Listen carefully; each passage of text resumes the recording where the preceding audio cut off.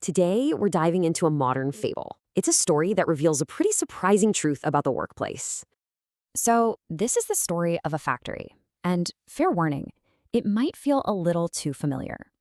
It all starts out simply enough. A tiger opens a factory, and his one employee is a tiny, diligent ant.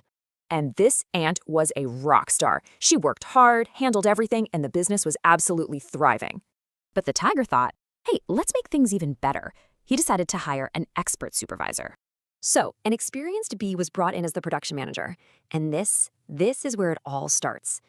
The bee's very first move, demanding work schedules and daily reports from the ant.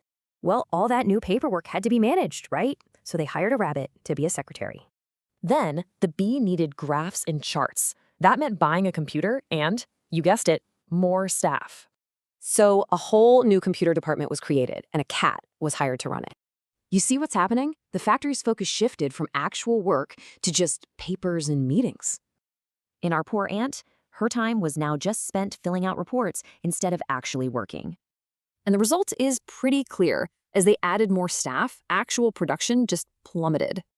The tiger saw the decline, but he completely misread the situation. He thought they needed technical guidance. So his solution was to bring in a monkey as a technical instructor, another layer. Now the ant had to explain her process before and after every single task. No surprise here, work slowed down even more, and production just kept on falling. In a last-ditch effort, the tiger hired an owl, a consultant, to figure this whole mess out. So after a 3-month study, what was the owl's expert opinion?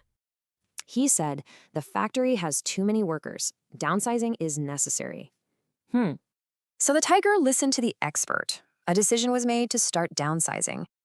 And the very first person to be fired was, of course, the hardworking ant. So what's the moral? It seems those who do the real work often get overlooked for those who just do reports. Which leads to the final question. Take a look around. Does this story seem at all familiar?